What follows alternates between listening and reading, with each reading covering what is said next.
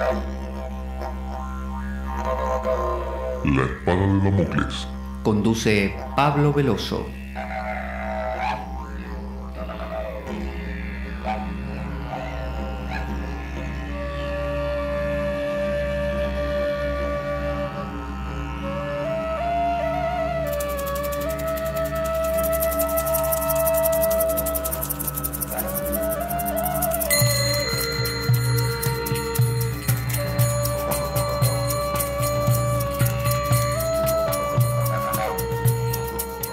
Tal como lo cortés no quita lo valiente, así lo hilarante no quita lo profundo. Y dado que la vida es un juego, aquí comienza La Espada de Damocles. La ficción más real que puedas concebir. La Espada de Damocles es un programa que por mera falta de objetividad cree ser diferente. Personajes mitológicos salidos de los más profundos avernos. Leyendas escabrosas y sin sentido. Curiosidades inquietantes e inútiles. Historias antiguas malversadas por nuestra incapacidad de entendimiento. Y cuentos carentes de profundo significado. También pretenderemos sin el menor éxito entender al ser humano en toda su dimensión. En suma, si quieres desperdiciar tu vida, aquí comienza La Espada de Damocles, la ficción más real que puedas concebir.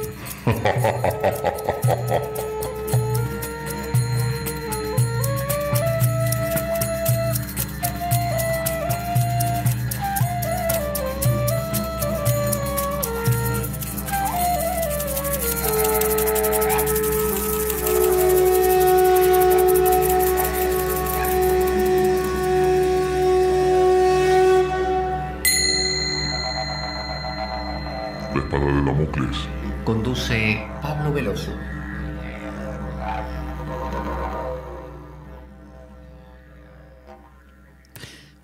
Buenas para todos. Aquí estamos en La Espada de Damocles.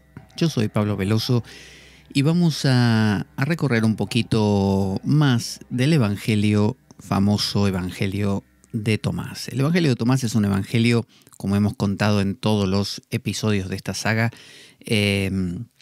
antiguo, que algunos dicen que es realmente antiguo, de los primeros tiempos, otros no tanto, pero el hecho es que tiene perlas de sabiduría que luego formaron muchas de ellas de los evangelios que conocemos como canónicos. Por eso nos resulta muy útil, muy atractivo y muy complementario de esos evangelios, ya que cuando uno aborda la lectura de Mateo, Marcos, Lucas y Juan, que son los evangelios que usted va a encontrar en su Biblia, resulta que a veces uno puede perderse un poco con la narrativa. Es decir, uno puede estar leyendo que Jesús caminó, que se sentó, que comió, que, se subió a la barca.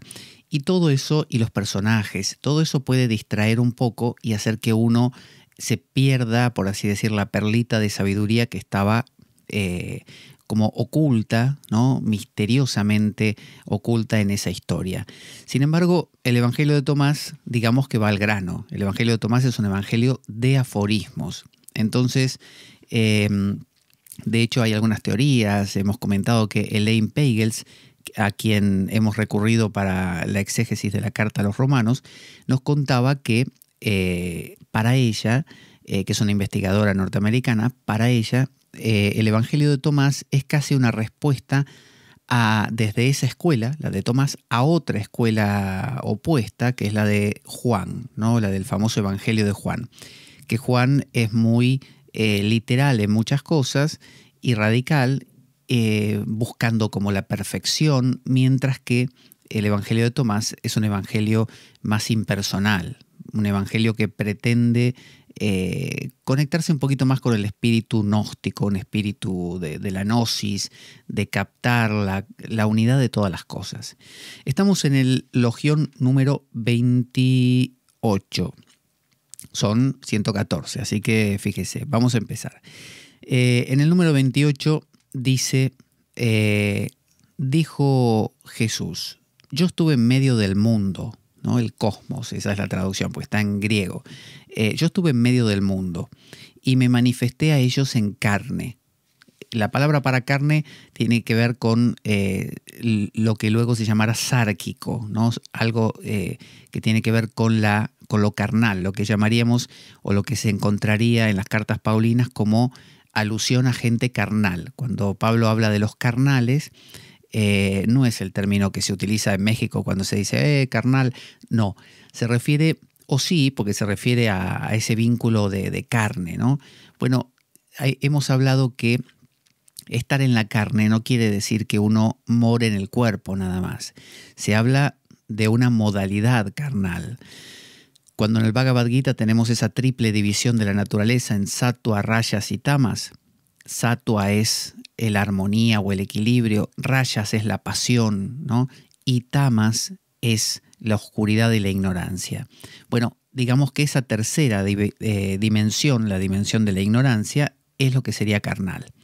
O sea que carnal no es que usted coma y duerma. Carnal es que a usted le parezca que comer y dormir es el eje de la vida. A eso se refiere. Entonces, cuando Jesús dice, yo estuve en el mundo, ¿no? Dice, estuve en la carne, lo que él quiere decir es que estuvo rodeado de gente que tenía estos valores, que son los más. Uno camina por la vida y lo único que encuentra es, en gran medida, gente carnal, ¿no? Y recordemos que esta triple división, tanto gnóstica como hindú y de otras culturas, porque es omnipresente, también se encuentra dentro nuestro. Cuando Cristo dice aquí que Él bajó a la carne, ¿no? Que la expresión es, me manifesté a ellos en carne, también habla de que tenemos una dimensión nuestra que es carnal. Hay un aspecto suyo y mío que implica que nos importa mucho la supervivencia, tener para comer, tener el techo asegurado, trabajo, esos valores esenciales que hacen a las seguridades básicas de un ser humano. Solo que la persona denominada carnal sería aquella en la cual ese aspecto se vuelve el único, ¿no? Y se comió a todos los demás. Luego está la persona psíquica, ¿no? De la psyché. La psyché griega representa el alma. Y el alma es todo el mundo emocional, todo el mundo mental que uno tiene. Y las personas psíquicas, digamos que tienen un vuelo mayor. Ya no les importa solo trabajar, comer y dormir, sino que también les importa crecer, descubrir, investigar, profundizar, hacerse preguntas, buscar caminos espirituales y cosas por el estilo. Pero esa dimensión se queda corta también porque tiende a no sobrepasar el límite de la individualidad. Entonces, el psíquico ya no vive como el sárquico, como el ílico, ¿no? De ilé, materia también en griego, no vive de esa manera, sino que ahora le importa, no sé, su crecimiento espiritual, se hace preguntas sobre Dios, quizá estudia alguna filosofía o psicología, pero sigue teniendo como una especie de acento en yo. Entonces, en el fondo es, pero yo me quiero salvar, ¿no? Yo quiero ganar. Yo me quiero ganar el beneplácito de este Dios. Yo quiero alcanzar el estado de, con esta psicología y el pensamiento positivo planeo llegar hasta, ¿no? Y surgen también todos estos movimientos de repente de la magia, donde quiero dominar entidades o quiero, es decir, hay una especie de quiero sacar partido, ¿no? Porque yo soy yo, tú eres tú y yo quiero tener lo que tú tienes. Esa es la dimensión psíquica que se corresponde con la dimensión rayásica de los hindúes, ¿no? Pasional. Son gente con más pasión. La gente carnal no tiene pasión. La gente carnal simplemente es gente plana, gente sin vuelo. Se esforzará mucho como un buey por 3 o 4 cosas. Como diría Nietzsche, es la dimensión camello de uno. Uno es un camello, ¿no? Cuando es carnal. Come, duerme, se esfuerza, ¿no? Busca las cosas concretas.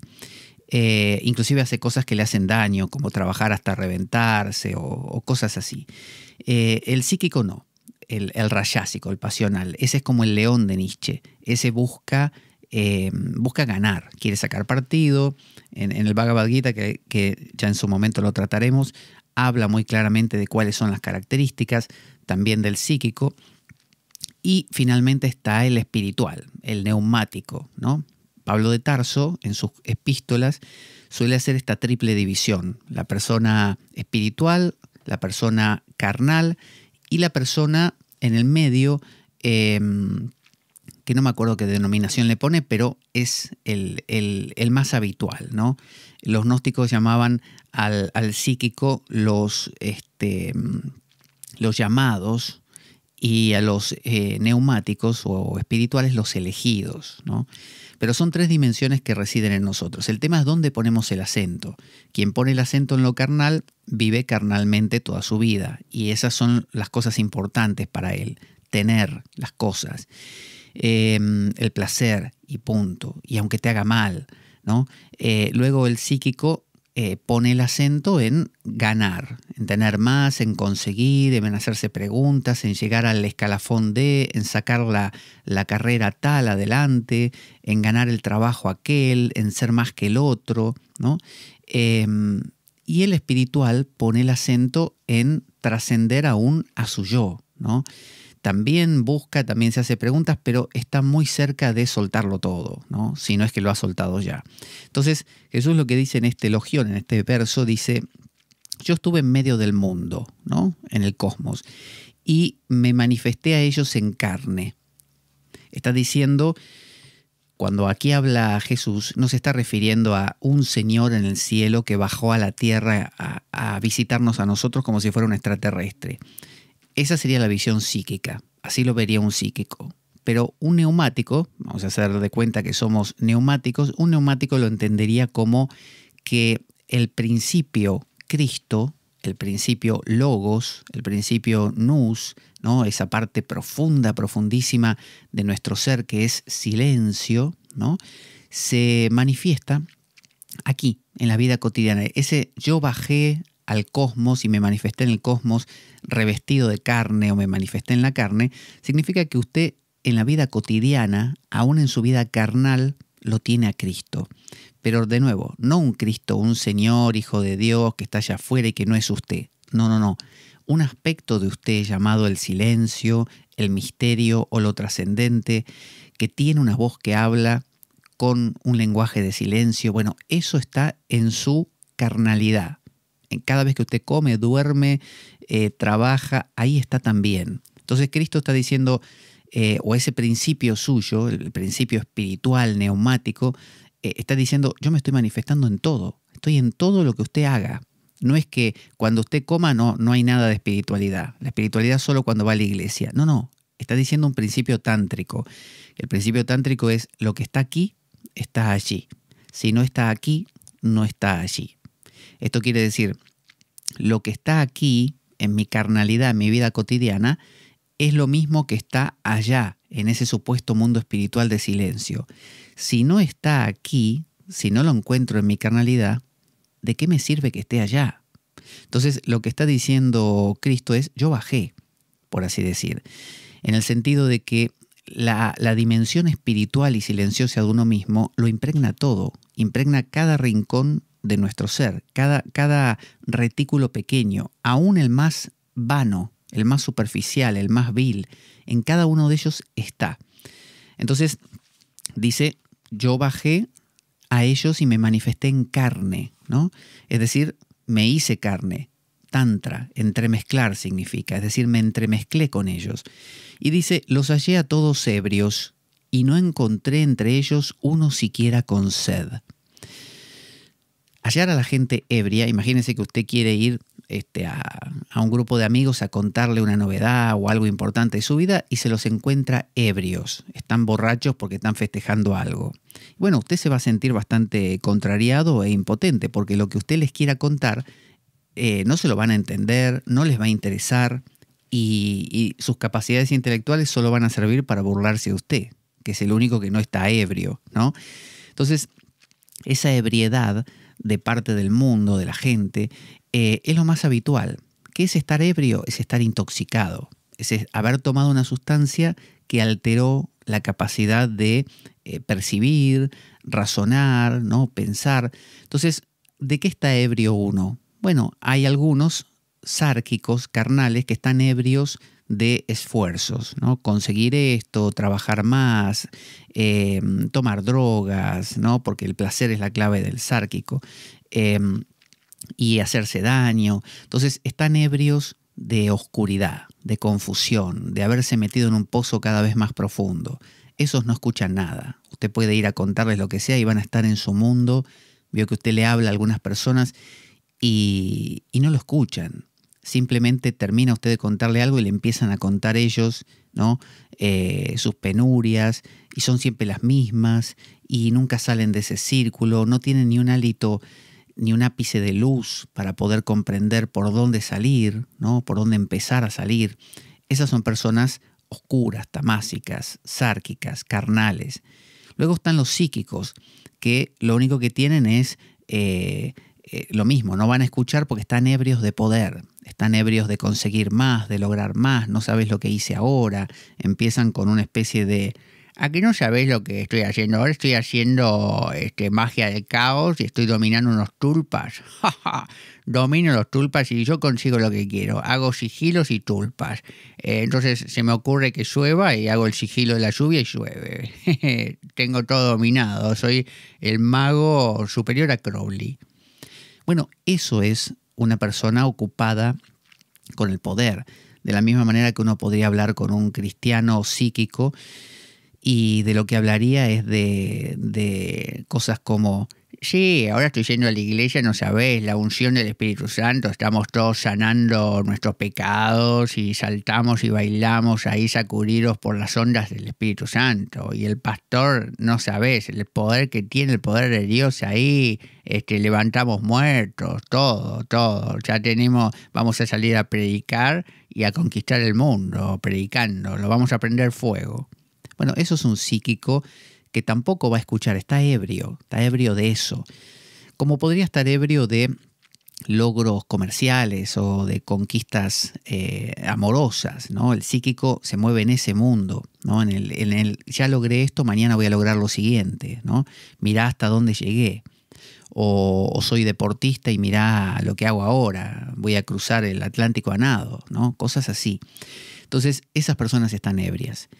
Están intoxicadas, es decir, están llenas de algo. Por lo tanto, el espíritu habla con la voz del silencio. Acuérdese que el profeta Isaías, cuando estuvo en el desierto, huyendo de que lo querían matar, ¿no? Porque a todo profeta, vio cómo es. Usted es profeta y cuenta 3 cosas que no caen bien. Normalmente el profeta denuncia más que nada, ¿no? Y anuncia penurias para el que no se corrija. Bueno, nunca es bien recibido, siempre lo quieren matar. Es como una especie de matemos al mensajero. Isaías se fue a la montaña y estuvo ahí, y Dios se le manifestó, pero se le manifestó de varias maneras seguidas, ¿no? Consecutivas. Primero como viento fuerte, tormenta, truenos, relámpagos, todas unas cosas así. Y finalmente, al final, fue cuando realmente se le manifestó y apareció como brisa suave. Y eso era Dios verdaderamente. Entonces, a veces uno espera escuchar a la voz de Dios o al silencio como ruido, como viento, como cosas que explotan. No, es una brisa suave. Y para poder percibir una brisa suave, usted se tiene que quedar muy quieto, muy quieto. Por eso hay un salmo que dice: aquíétate y sabe que soy Dios. Se trata de eso. Entonces, Jesús dice: llegué y los encontré a todos ebrios. O sea, cada uno estaba en su mundo, estaban llenos de otra cosa. Y para poder percibir la dimensión espiritual, para poder percibir al Cristo, al Logos, al Nous, hay que vaciarse, no hay otra opción. Si uno está lleno, directamente no entra, porque además esa llenura, esa plenitud que uno está teniendo, llena de ruido también. Uno necesita, como el tema que hemos dado de ejemplo varias veces de la orquesta. Una orquesta necesita parar para escuchar el silencio. Si la orquesta no para, aunque toque otra pieza, digan, por ejemplo... Lo que vamos a hacer es vamos a tocar una de Mozart, a ver si escuchamos el silencio. Y no, van a estar tocando lo que sea. Uno puede ser carnal y tocar heavy metal, o ser psíquico y tocar, no sé, la sinfonía de Beethoven, pero el silencio no lo vas a escuchar. Porque el silencio se escucha cuando parás realmente. ahí se escucha la voz del Cristo, pero no de un señor afuera, del Cristo como principio interior. Entonces, los hallé a todos ebrios, dice, y no encontré entre ellos uno ni siquiera con sed. ¿Cuándo tiene usted sed? Cuando no bebe, ¿no es cierto? Cuando no está satisfecho. Si usted satisface su sed continuamente, no va a tener sed. Por ejemplo, yo puedo tener sed, ¿no? Entonces, ¿qué hago? Bebo estas bebidas comerciales gaseosas, ¿no? No voy a decir las marcas, pero esas que usted conoce del supermercado. Y bebo zumos de fruta artificiales y bebo bebidas blancas, alcohol de todo tipo. Bueno, mi sed se va a satisfacer, pero me va a hacer daño. Entonces, cuando alguien venga y me ofrezca agua pura, mineral, de un manantial en la montaña, yo le voy a decir... No, ¿sabes qué pasa? No tengo sed yo. Yo ya estoy tomando todas estas cosas. Entonces, claro, ¿de qué sirve traer un agua pura si uno ya está creyendo que eso le está satisfaciendo la sed? Que se la satisface, pero con grandes problemas después, ¿no? Con grandes perjuicios. Entonces, tener sed significa quiero eso, quiero el silencio. Eso es tener pasión por lo trascendente. Esa pasión comienza desde lo psíquico.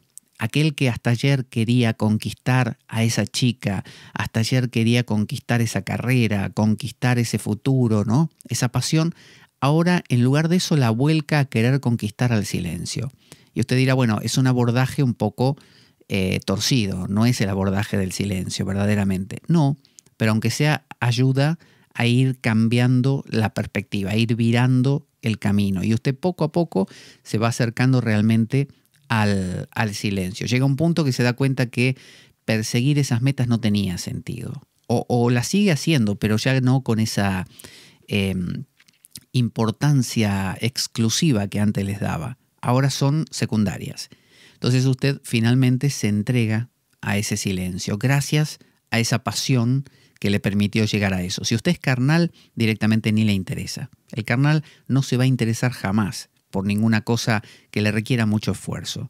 Es decir, un carnal no va a querer tener vuelos, a hacerse preguntas, a armar toda una especie de estructura intelectual para que no se funcione el marketing de un... No, en general no.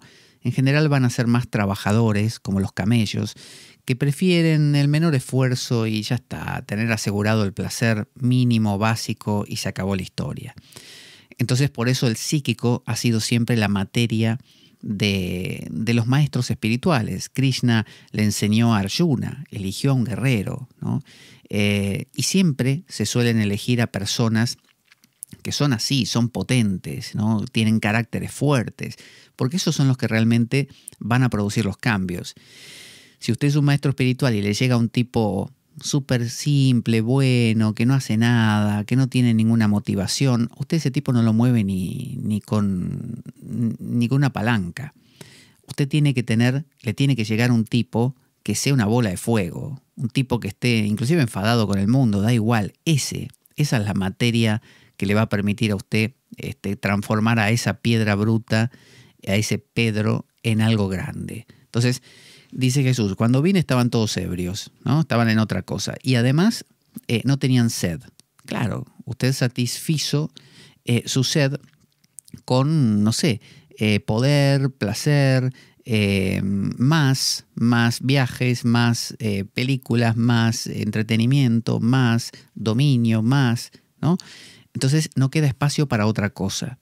Por eso la abstinencia, ¿no? Abstenerse, que suena a retrógrado, suena ¿cómo me voy a abstener del placer? Si el placer es el eje de la vida, ¿cómo me voy a abstener de comer algo rico? Bueno, en la abstinencia, en la privación, surge la necesidad.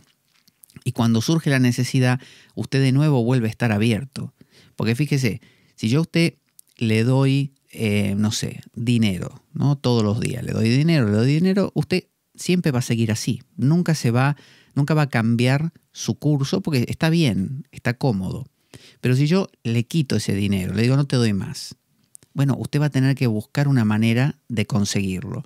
Esa manera le va a ser dar un cambio. Ese cambio puede ser para peor o para mejor, pero cambio es. Entonces, tener sed es un requisito sine qua non, o sea, estar privado de otra cosa, haber soltado la otra cosa, es un requisito sine qua non para poder estar abierto a la siguiente.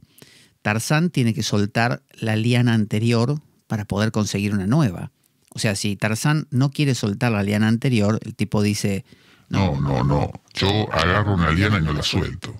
Bueno, el tipo lo que consigue es estar siempre balanceándose en la misma, no va a poder avanzar, no se va a desplazar por la selva, se va a quedar siempre en la misma liana hasta que un día se le corte y se pega un golpe o se mate.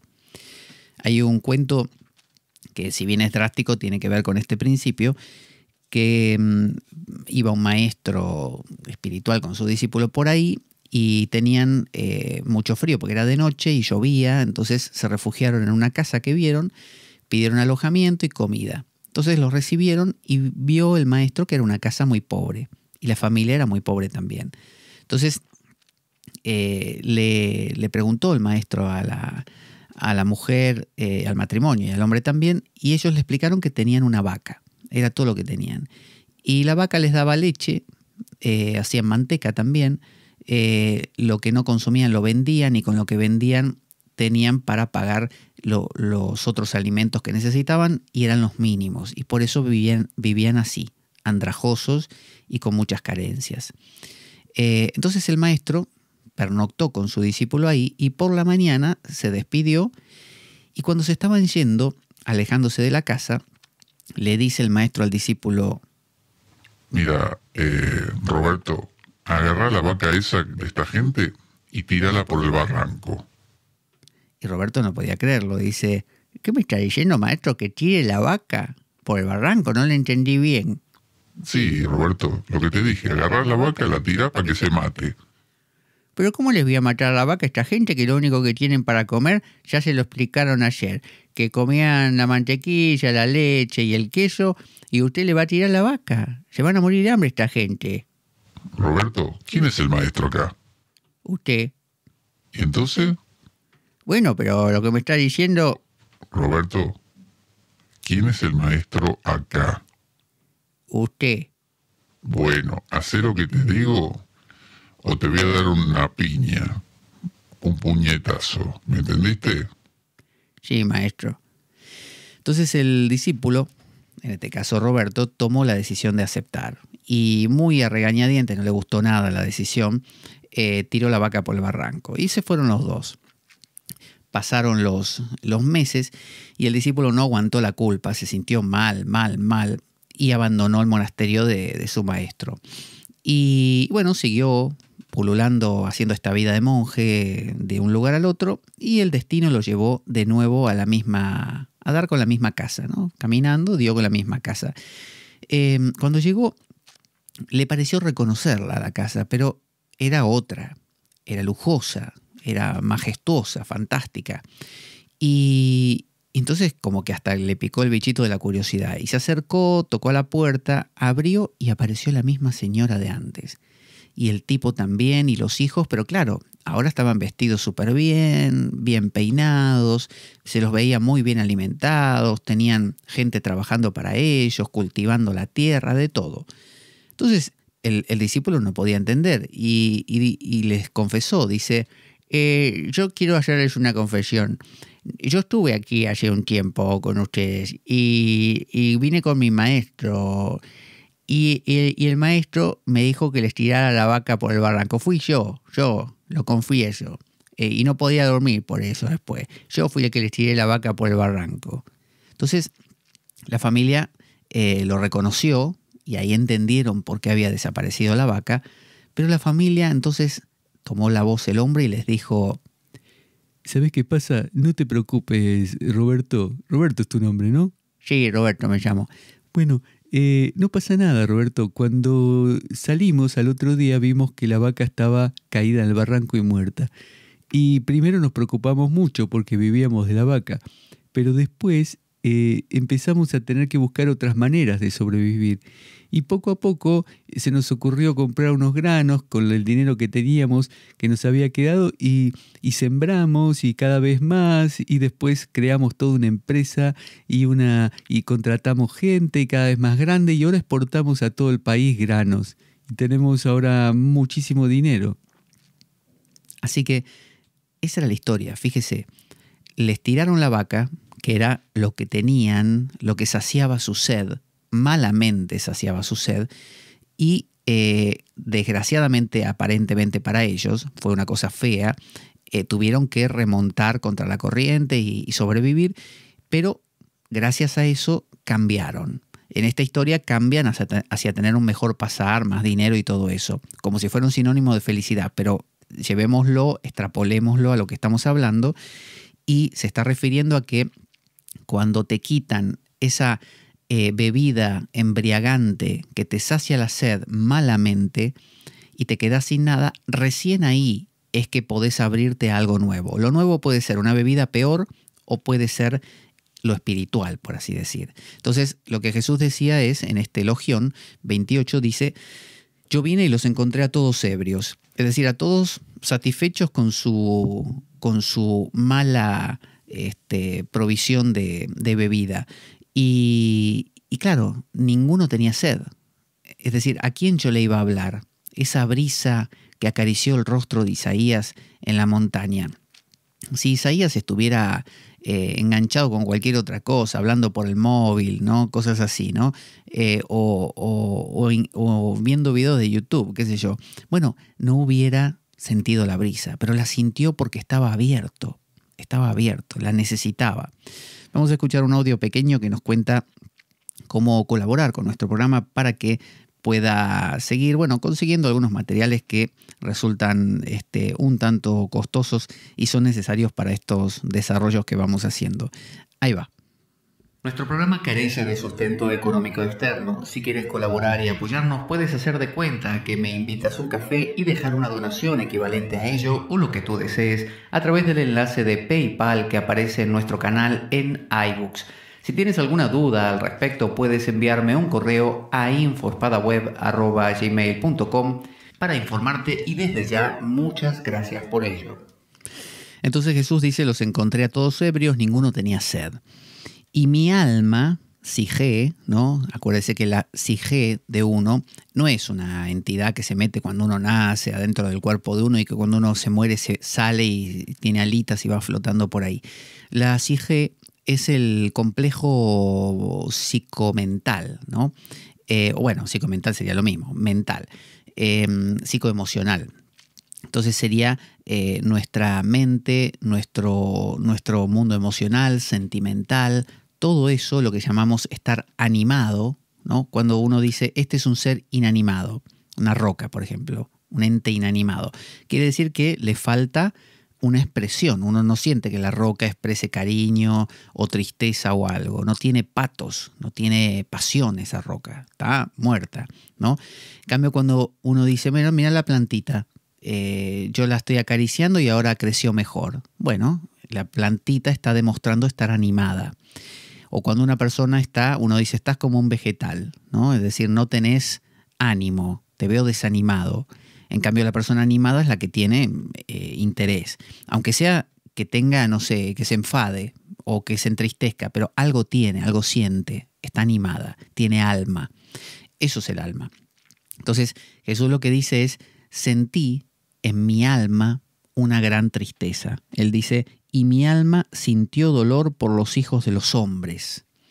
Recordemos que cuando decimos Jesús sintió este dolor, no es un señor llamado Jesús que vino y caminó por la tierra en Galilea, sintió... No. Lo que está diciendo es que su dimensión espiritual, esa brisa que acaricia el rostro de Isaías, se siente en su alma triste. Se siente en su mover emocional como tristeza.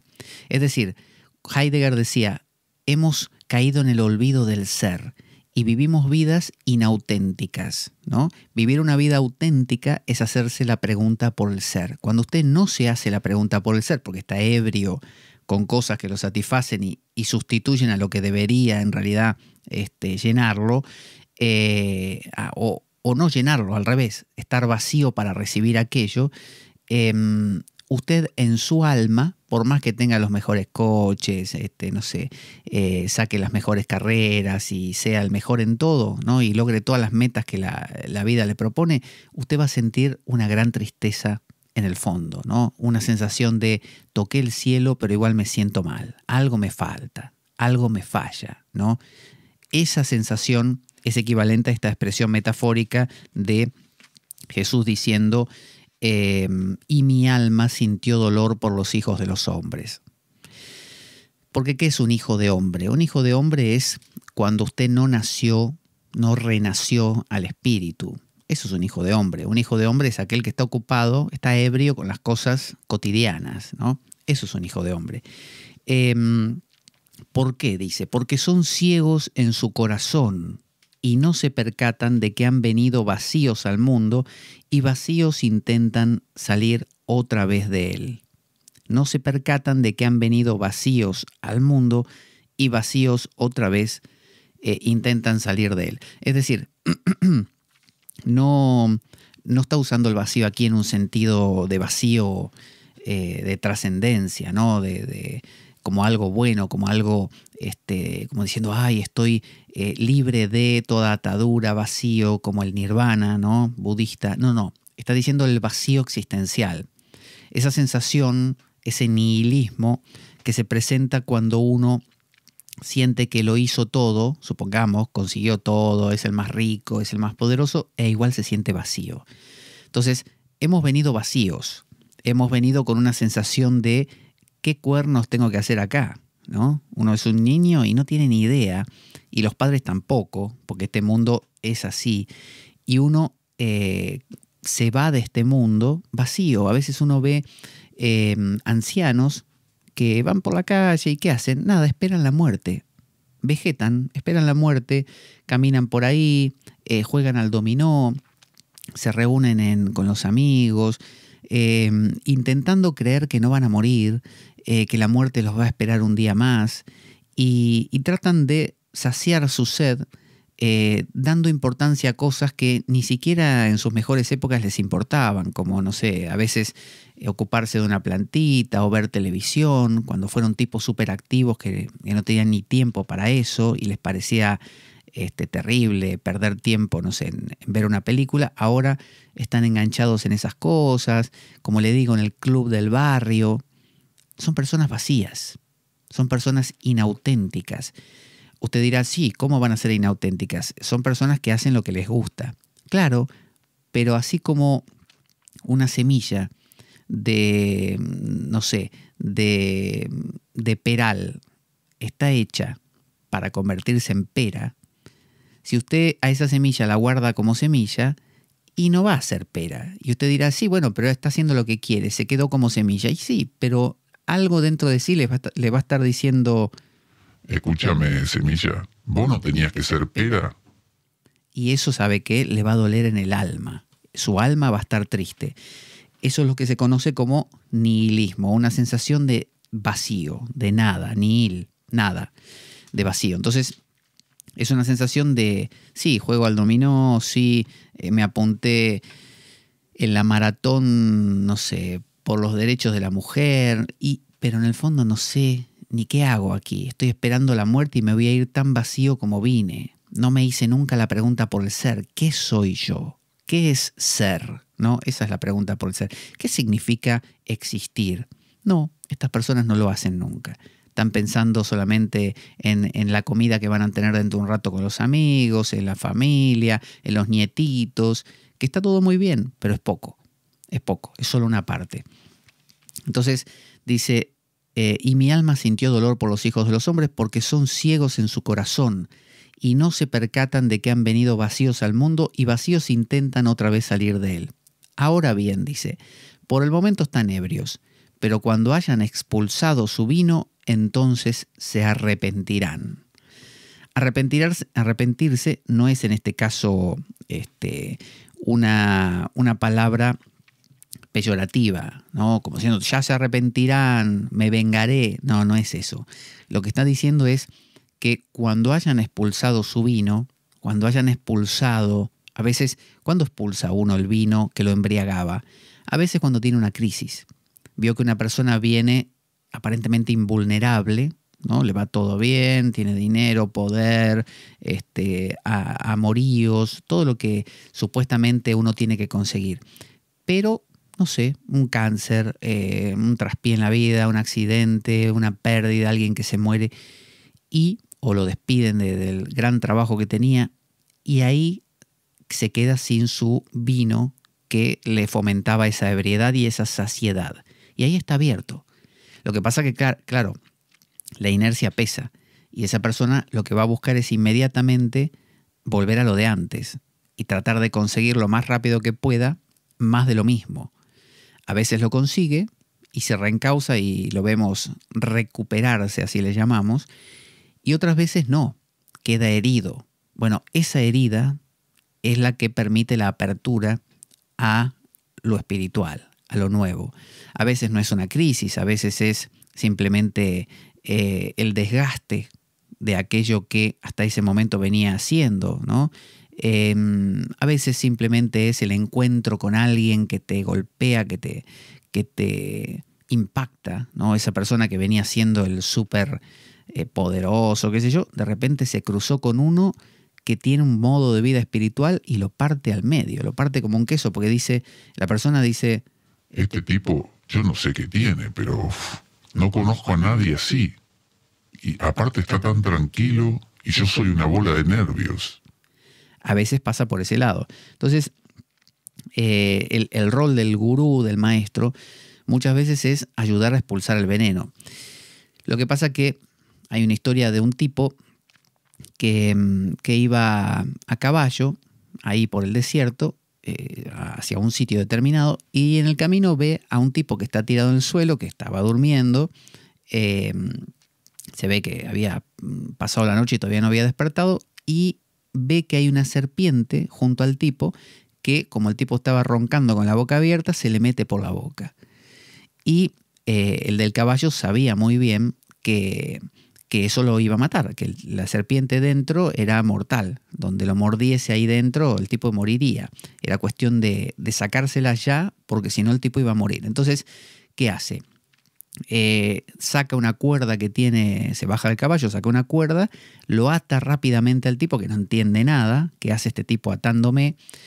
Lo obliga a beber una especie de aceite que él tenía, emético, vomitivo, en su alforja, asqueroso. El tipo no lo entiende, piensa que lo están envenenando, y como el tipo grita como un loco, el del caballo le da unas bofetadas para calmarlo, ¿no? Y entonces el tipo empieza a vomitar desesperadamente, porque el efecto del emético, y vomita y vomita, y ahí vomita también la serpiente.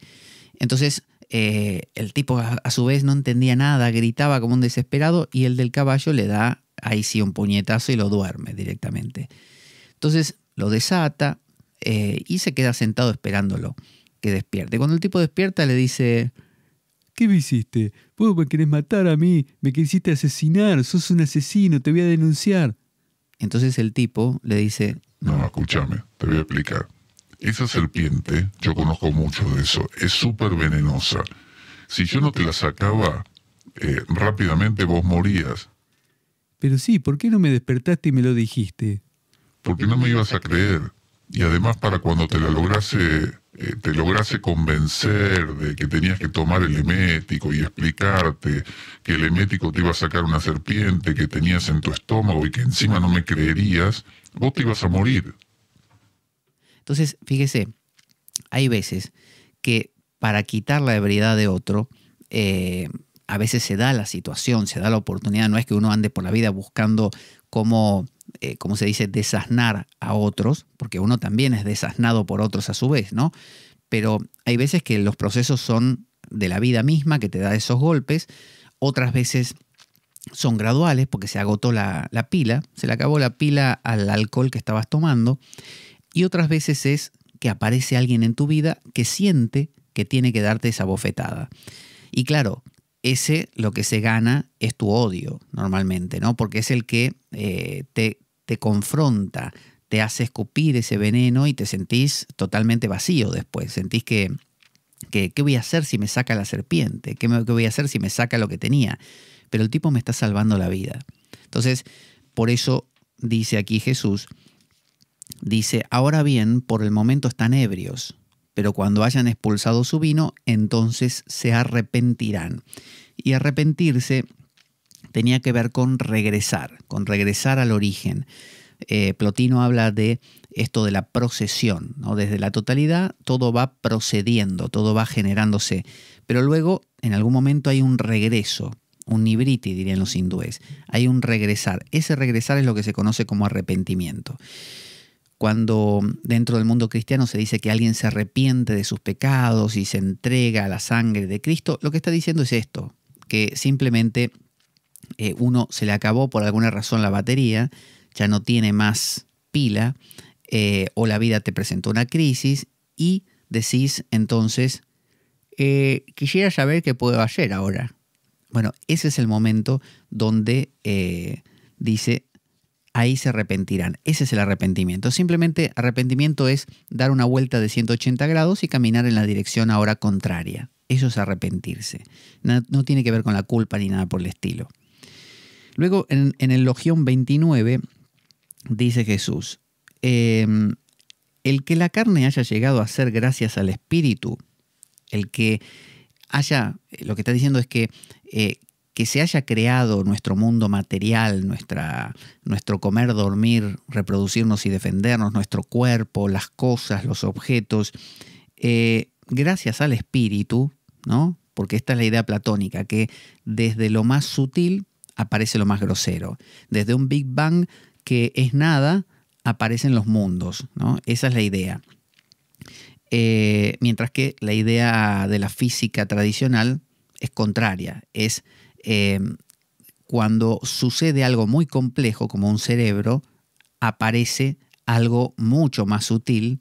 Es decir, digamos así, que el Big Bang, para la ciencia común, el Big Bang es sumamente torpe, y eso se va complejizando cada vez más a medida que se extiende hasta llegar a, por ejemplo, el pensamiento humano, que es súper sutil.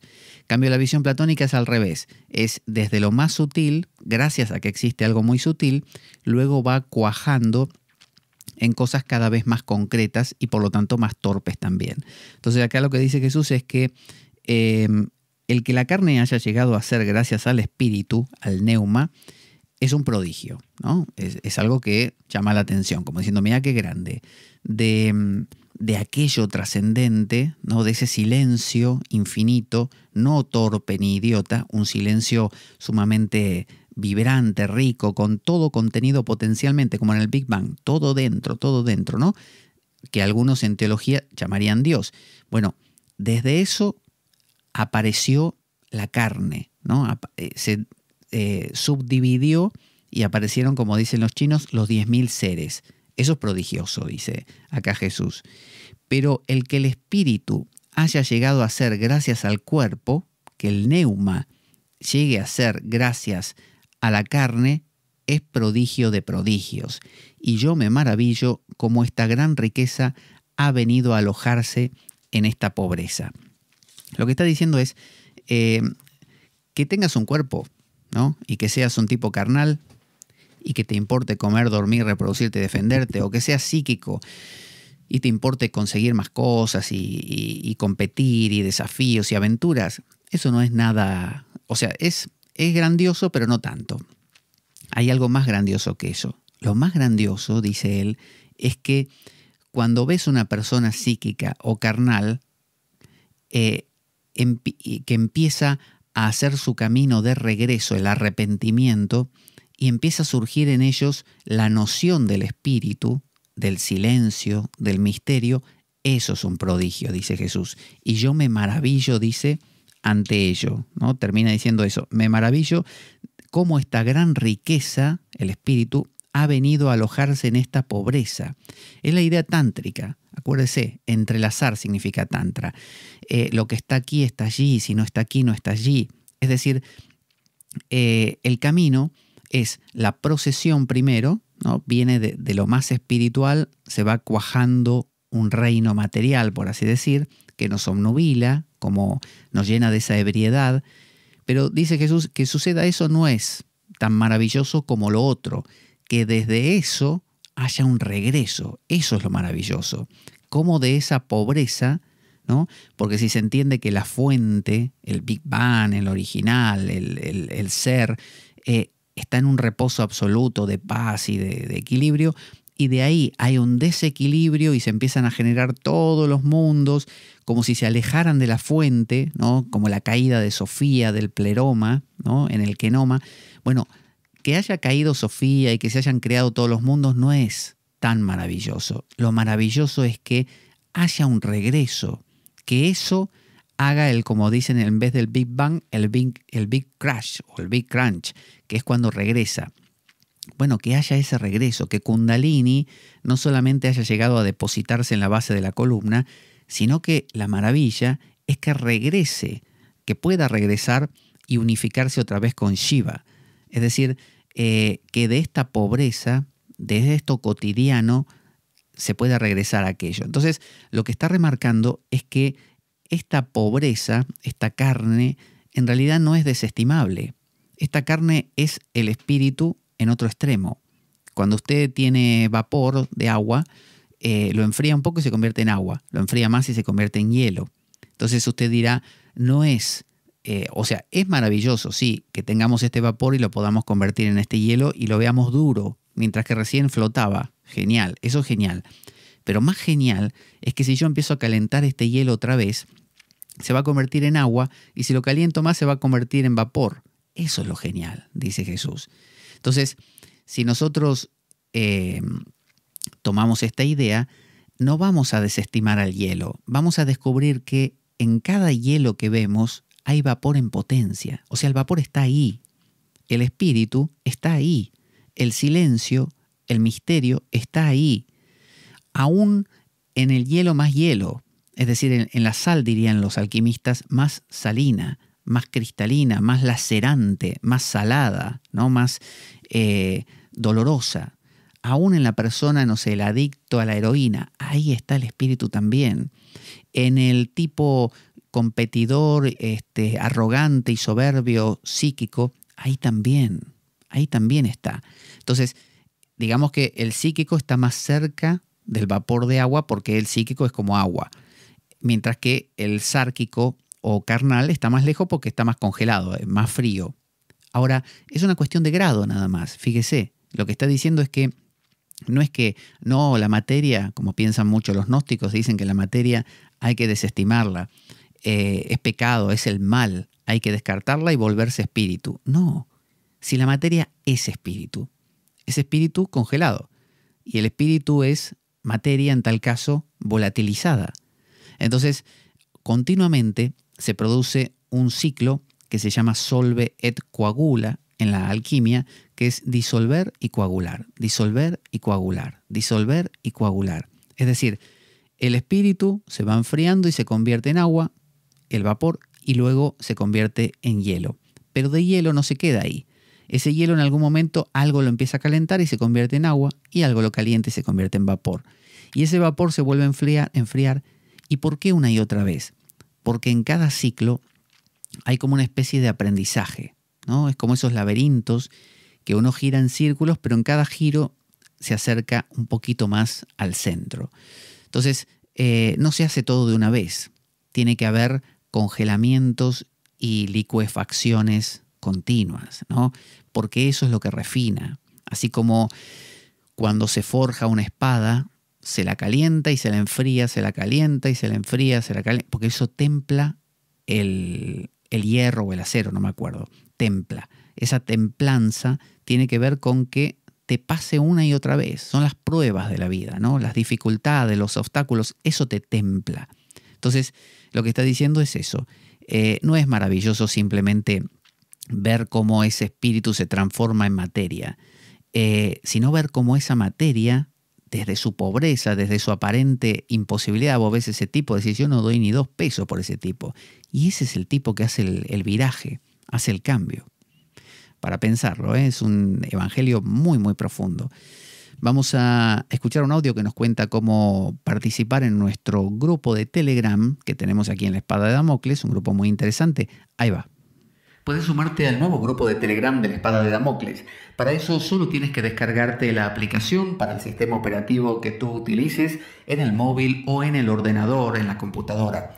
Una vez que te lo descargas, puedes, llenando los datos que te pide, entrar y buscar mi alias, que es Pablo Veloso, y una vez que lo encuentras me dices: hola, ¿qué tal? Soy fulano o fulana de tal y quiero entrar en el grupo de La Espada de Damocles. Inmediatamente te envío un enlace de invitación y ya estás dentro del grupo. Es un grupo donde compartimos material, donde vemos las últimas novedades de la espada y donde nos conocemos entre nosotros los damocleanos. Un grupo muy divertido, muy profundo, muy valioso. Realmente te va a gustar. Y bueno, ya para despedirnos aquí en La Espada de Damocles, soy Pablo Veloso y nos vamos a encontrar en la siguiente ocasión para tratar un tema que puede ser que sea la continuación de este, ya que este tenemos para rato, son 114 elogions, por eso lo voy alternando con otros programas, o quizá alguno de estos temas también interesantes que vayan naciendo. Vamos a poner nuestra cortina de despedida y nos encontramos en la siguiente. Hasta la próxima.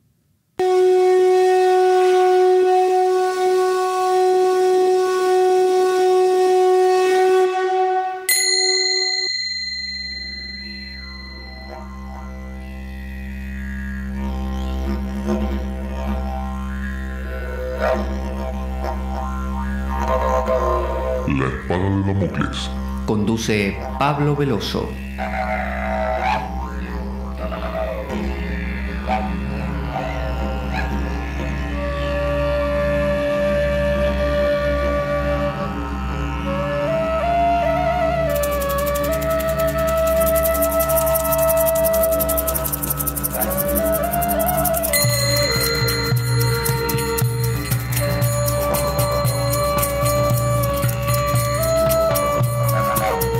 Y dado que la vida es un macabro juego, concebido por una mente perversa, únete a nosotros en nuestro próximo programa, cuando escuches las siguientes palabras.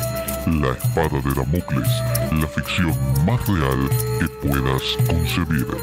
Buena vida para todos, buena semana y... ¡Avanti, damocleanos!